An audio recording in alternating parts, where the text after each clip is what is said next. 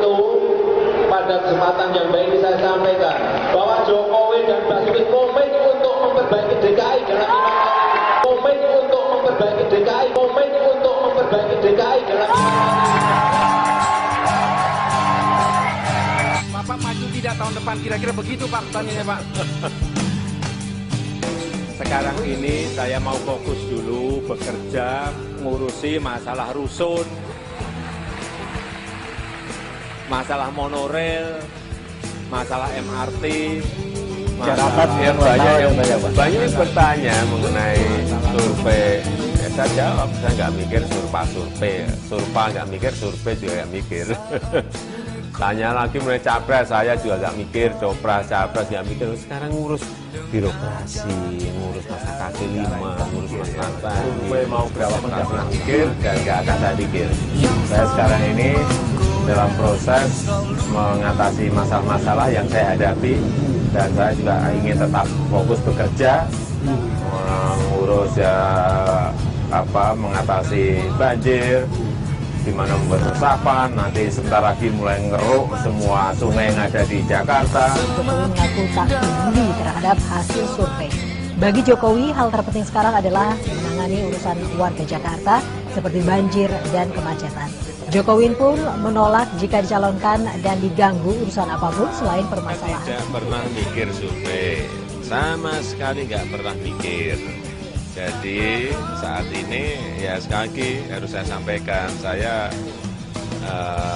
ingin tetap konsentrasi ngurusin rusun, ngurusin macet, ngurusin banjir, ngurusin ngeruk kali, ngurusin kampung deret, ngurusin gitu-gitu aja lah. Saya nggak mau diganggu, dipengaruhi, direcokin dengan hal yang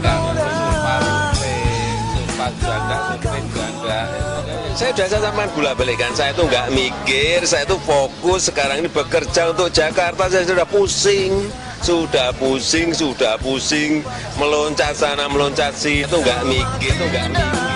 Jika Jokowi ternyata dicalonkan dari PDI Perjuangan sebagai calon presiden, bagaimana tanggapan Anda? Apakah Anda akan memilih Jokowi sebagai presiden atau tidak? Enggak, saya nggak milih. Saya kan ini kan masih punya utang sama Jakarta. Belum beres masalah banjirnya gitu. Oke, gitu. Cuman belum timingnya aja gitu, timingnya belum pas. Kami berdiri di sini di depan Anda semuanya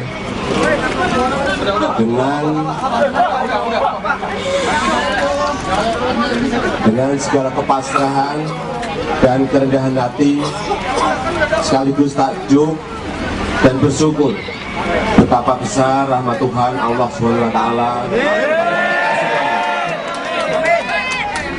Sejak awal saat saya ditugaskan maju dalam Pilkada DKI Jakarta, sesungguhnya kami sudah menetapkan hati bahwa pemilihan untuk menjadi gubernur, wakil gubernur di DKI ini bukanlah sebuah kontestasi menang atau kalah antara Jokowi, Basuki, dan Kokinara. Siapapun yang menjadi pemenang menjadi tidak penting, karena yang terpenting rakyat Jakarta juga yang harus menang dan yang harus dimenangkan.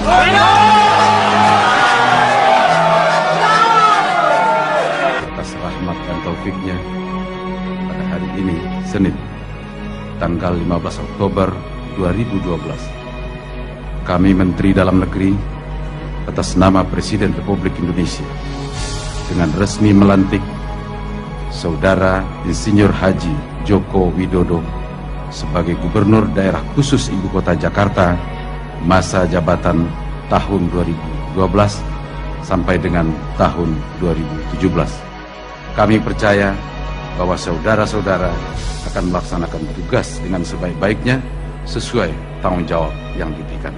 Selesai. Sumpah atau janji ini di samping disaksikan oleh diri sendiri dan oleh semua yang hadir sekarang, juga penting disadari bahwa sumpah atau janji ini disaksikan oleh Tuhan Yang Maha Esa, karena Tuhan itu Maha mendengar dan Maha mengetahui. Sumpah atau janji ini adalah janji terhadap Tuhan Yang Maha Esa dan manusia yang harus ditepati dengan segala keikhlasan dan kejujuran. Demi Allah saya bersumpah. Demi Allah saya bersumpah. Untuk yang beragama Kristen Protestan, saya berjanji. Saya berjanji. Untuk seluruhnya, akan memenuhi kewajiban saya. Akan memenuhi kewajiban saya sebagai Gubernur Daerah Khusus Ibu Kota Jakarta. Sebagai Gubernur Daerah Khusus Ibu Kota Jakarta. Sebagai Wakil Gubernur Daerah Khusus Ibu Kota Jakarta. Sebagai Wakil Gubernur Daerah Khusus Ibu Kota Jakarta. Dengan sebaik-baiknya. Dengan sebaik-baiknya. Dan seadil-adilnya. Dan seadil-adilnya. Memegang teguh Undang-Undang Dasar. Memegang teguh Undang-Undang Dasar Negara Republik Indonesia. Negara Republik Indonesia Tahun 1945. Tahun 1900. Rasulullah pernah kasih referensi siapa saja yang termasuk golongan orang-orang munafik. Apa kata beliau? Satu hadis dari baginda Rasul, ayatul munafiki thalasun. Ada 3 tanda orang-orang yang munafik. Semoga 3 ini enggak ada pada diri kita. Apa yang pertama? Idza hadatsa kadzaba. Ketika dia berbicara, dia akan berbohong. Ketika lidahnya berucap, maka yang terlahir hanyalah dusta. Dia lakukan dengan perkataannya satu hal yang dusta, satu hal yang bohong, satu hal yang menipu kepada publik. Yang kedua, wa idza wa'ada akhlafa. Ketika mereka berjanji, mereka khianat, mengingkari.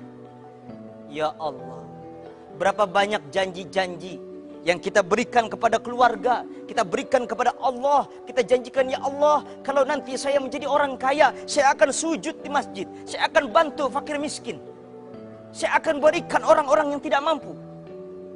Tapi nyatanya pemirsa, ketika kita kaya, kita lupa daratan. Ketika kita sejahtera, kita bahkan lupa dengan sekeliling kita, kiri dan kanan. Berapa banyak janji ini yang kita ingkari?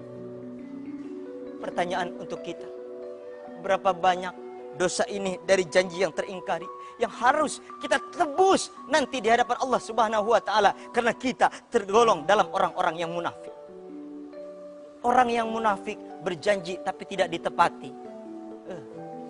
Jangankan Allah membencinya, manusia siapapun kita tidak ada suka dengan orang yang selalu mengingkari janji.